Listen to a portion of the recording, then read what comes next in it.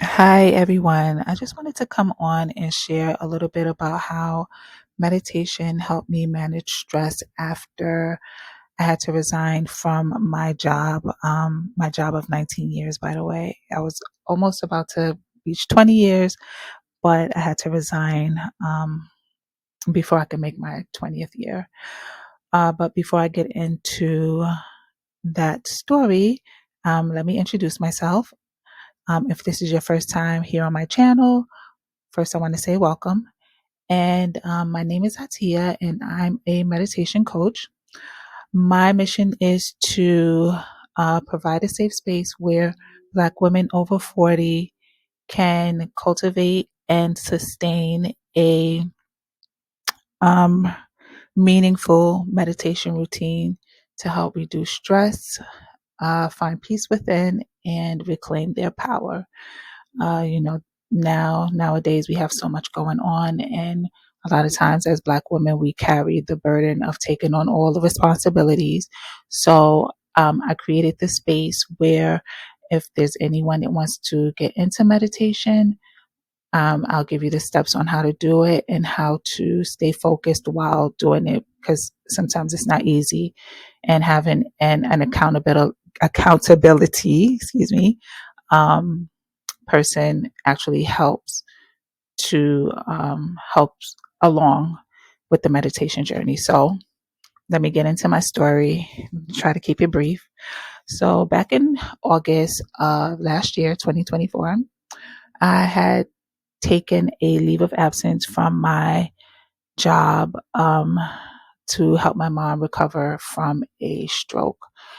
And thank God, the stroke wasn't detrimental, but it did leave her with some deficits that she needed help recovering from.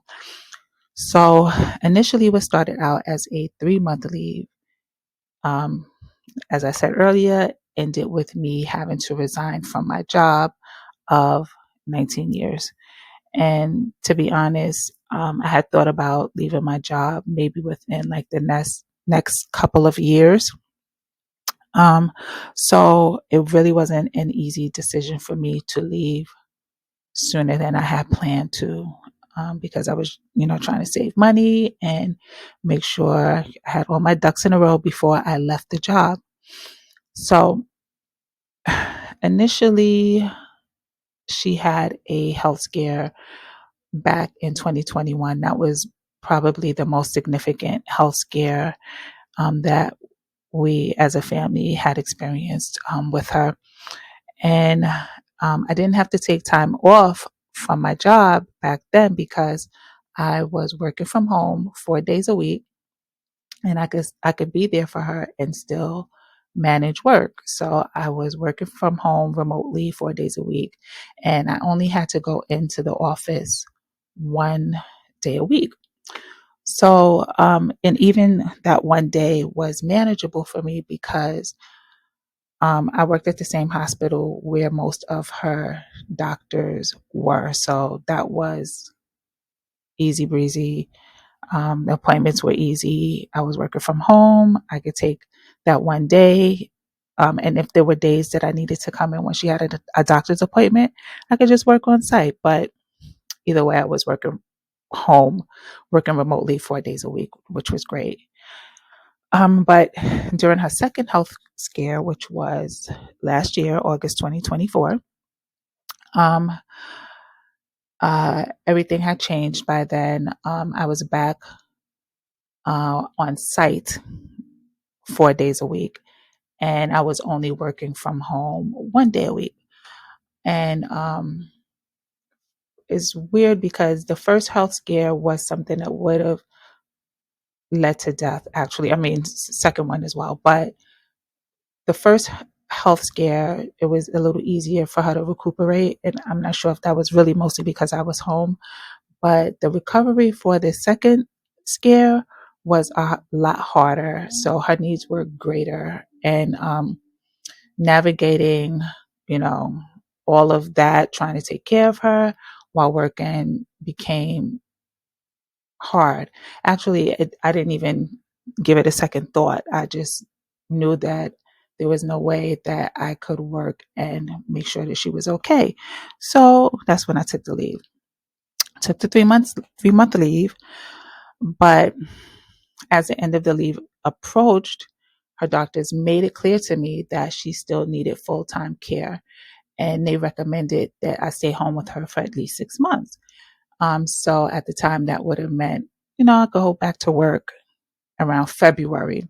So I told this to my supervisor, and I was always really transparent at work, probably more than people would recommend, but I was in full transparency at work. I probably let them know too much, but I always let them know what was going on.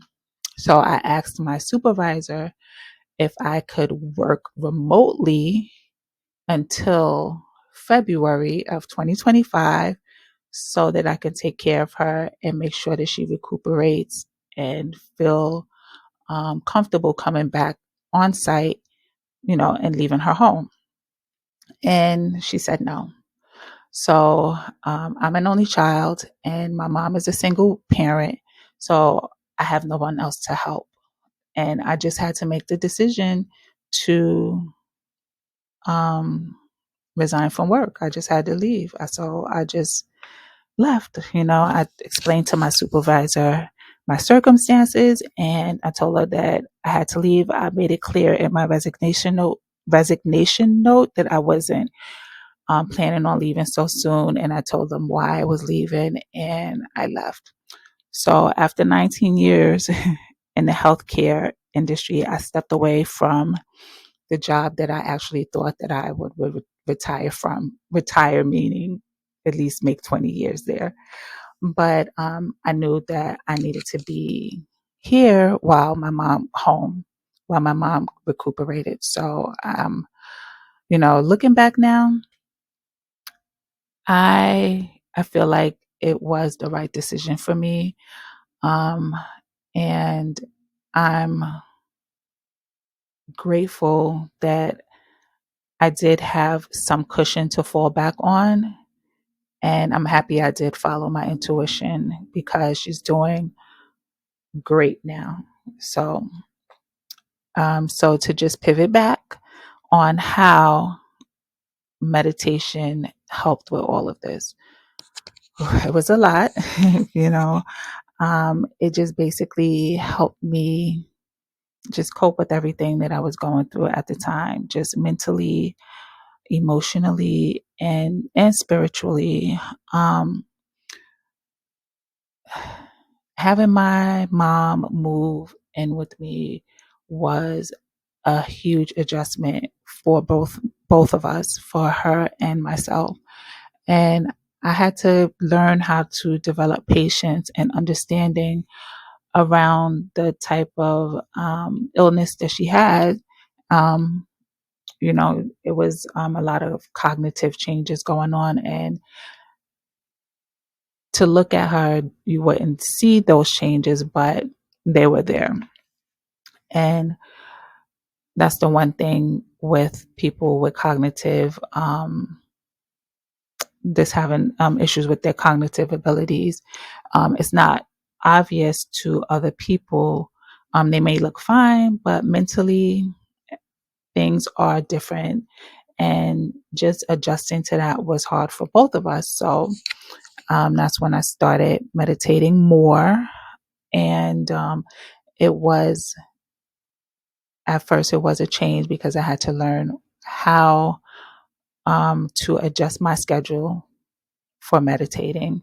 So, on top of, adjusting to having my mom move in, I had no income for maybe like about 2 months or so. And I had to learn how to lean on other people to help me during that time, which was hugely, hugely uncomfortable for me. I'm not the type of person that feels like other people should take care of me. And it's hard for me to ask for help. But, you know, meditating actually grounded me, and it helped me get through it. And to be honest, In the beginning, I couldn't meditate the way I wanted to at first. I had to kind of get creative with the ways that I meditated. So, for example, and hopefully, if there's anyone trying to get into meditation, this might help.